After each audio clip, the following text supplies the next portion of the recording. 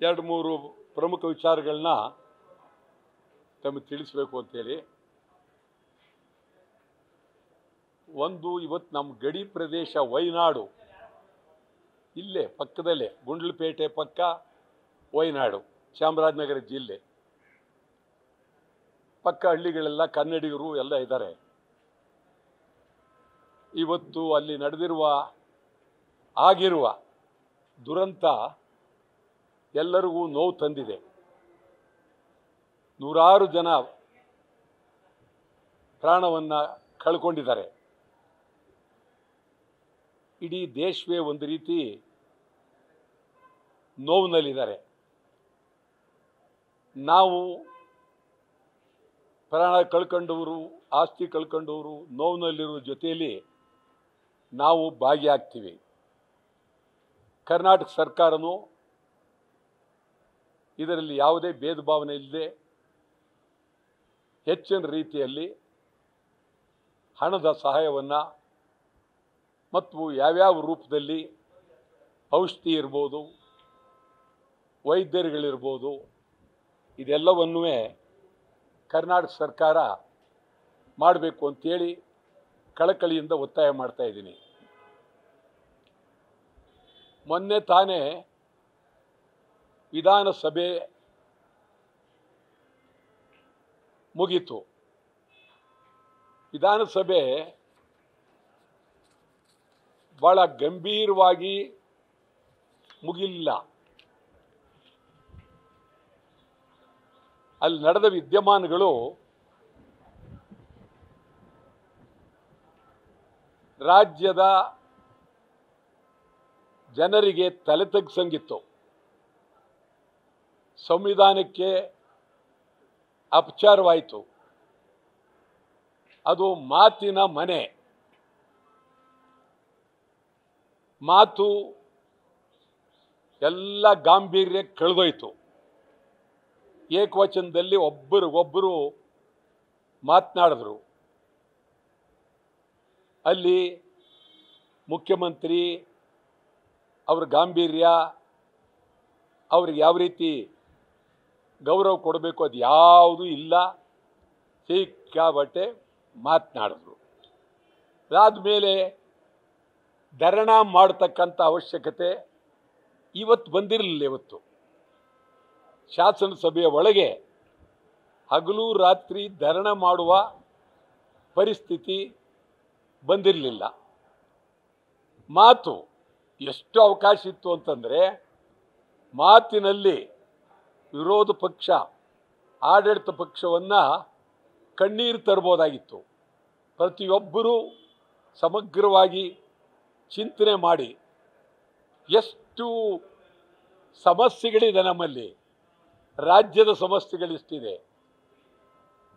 ಒಬ್ಬರಾದರೂ ಕೇಂದ್ರದಲ್ಲಿ ಆಯವ್ಯಯ ಮಂಡನೆ ಆಗಿದೆ, ನಮಗೆ ಅನ್ಯಾಯ ಆಗಿದೆ ಅಂತ ಒಬ್ಬ ಪರಿಣಾಮಕಾರಿಯಾಗಿ ಮಾತಾಡಲಿಲ್ಲ, ನಿರ್ಣಯ ಮಂಡಿಸಲಿಲ್ಲ.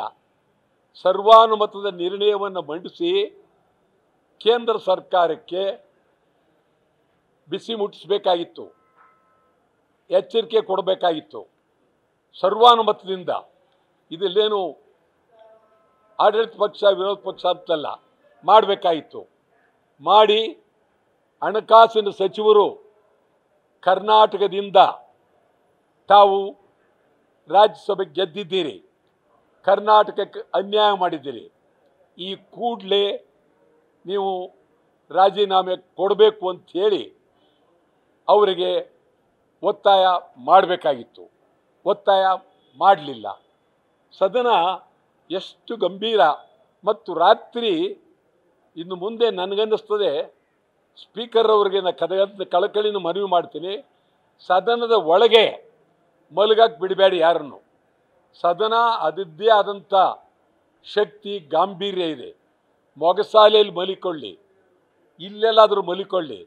ಸದನದ ಒಳಗೆ ಸ್ಪೀಕರು ಇದ್ರ ಮುಂದೆ ಒಬ್ಬ ತಾಳ ಹೊಡೆಯೋದು, ಒಬ್ಬ ತಂಬೂರಿ ಬಾರೋದು, ಒಬ್ಬ ತಮಟೆ ಹೊಡೆಯೋದು, ಇದೆಲ್ಲ ಆಗಬಾರ್ದು. ಇದು ಸದನದ ಗೌರವಕ್ಕೆ ಧಕ್ಕೆ ಬರುತ್ತೆ, ಒಳ್ಳೆಯದಲ್ಲ. ಒಂದು.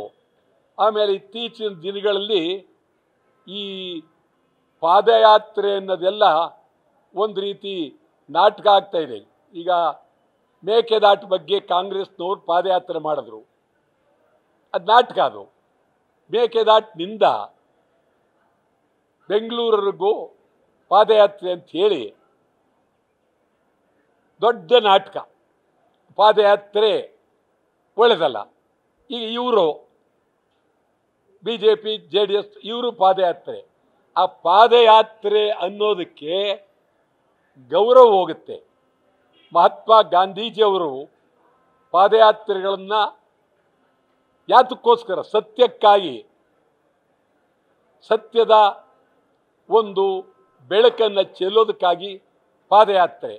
ಈ ಪಾದಯಾತ್ರೆ ಅಂತಕ್ಕಂಥದ್ದೆಲ್ಲ ಇತ್ತೀಚೆಗೆ ಒಂದು ನಾಟಕೀಯವಾಗ್ತಾ ಇದೆ. ಇದು ಒಳ್ಳೆಯ ಸೂಚನೆಯಲ್ಲ. ಅಸೆಂಬ್ಲಿ ಬಿಟ್ಟು, ನಿಮಗೆ ಅಸೆಂಬ್ಲಿಲಿ ಅದ್ಭುತವಾದಂಥ ಚಿಂತನೆ ಇತ್ತು, ಅದನ್ನು ಬಿಟ್ಟು ನೀವು ಅಸೆಂಬ್ಲಿಲಿ ಮಾತನಾಡದೆ ಇವತ್ತು ಪಾದಯಾತ್ರೆ ಮಾಡ್ತೀವಿ, ಇಲ್ಲಿ ಮಹಾತ್ಮ ಗಾಂಧಿ ಮುಂದೆ ಸತ್ಯಾಗ್ರಹ ಮಾಡ್ತೀವಿ, ಇದು ಒಳ್ಳೆಯದಲ್ಲ.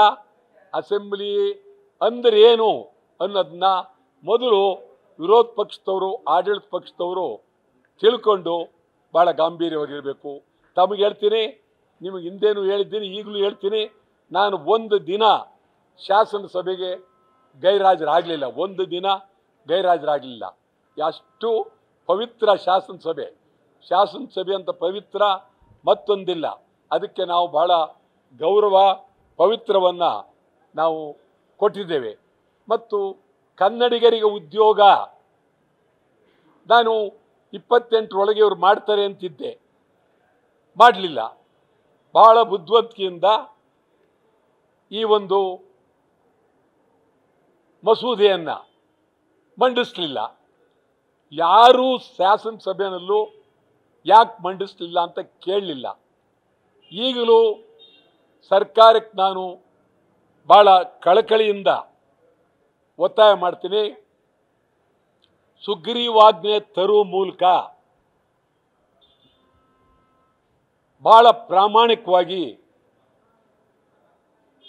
ಕನ್ನಡಿಗರಿಗೆ ಉದ್ಯೋಗ ಸುಗ್ರೀವಾಜ್ಞೆ ಮೂಲಕ ನೀವು ಅದನ್ನು ತರಬೇಕು, ರಾಜ್ಯಪಾಲರಿಗೆ ಕಳಿಸಬೇಕು. ಇದು ಬಹಳ ಪ್ರಮುಖವಾಗಿ ಆಗಬೇಕಾಗಿರ್ತಕ್ಕಂಥ ಅತ್ಯಂತ ಗಂಭೀರವಾದಂಥ ವಿಚಾರ.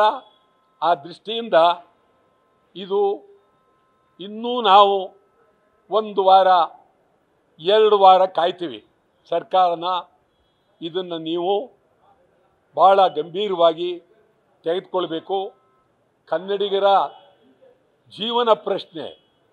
ನೀವು ಕಾನೂನನ್ನೇ ಮಾಡಲಿಲ್ಲ ಅಂತ ಹೇಳಿದ್ರೆ, ಕಾನೂನನ್ನ ಹಿಂದಕ್ಕೆ ತಗೊಂಡ್ರಿ ಅಂತ ಹೇಳಿದ್ರೆ ಅದು ಕನ್ನಡಿಗರಿಗೆ ಅಪಮಾನ, ಕರ್ನಾಟಕಕ್ಕೆ ಅಪಮಾನ.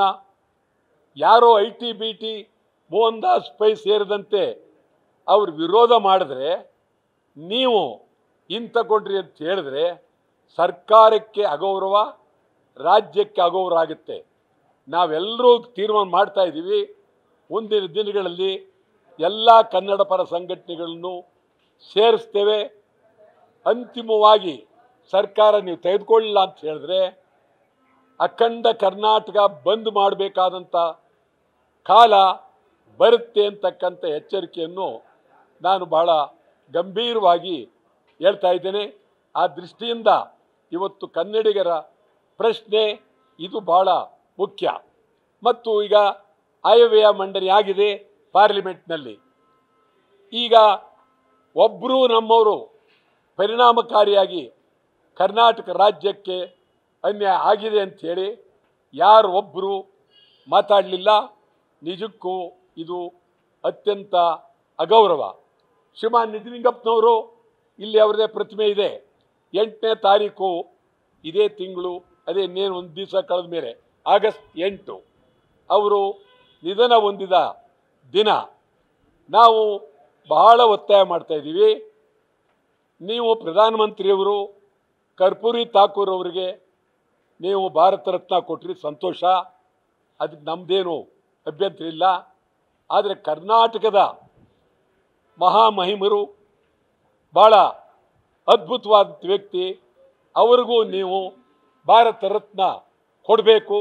ಭಾರತ ರತ್ನ ಕೊಡೋದ್ರಿಂದ ಈ ರಾಜ್ಯಕ್ಕೆ ಗೌರವ, ರಾಷ್ಟ್ರಕ್ಕೆ ಗೌರವ ಅಂತೇಳಿ ಒತ್ತಾಯ ಮಾಡ್ತಾ ಇದ್ದೀನಿ.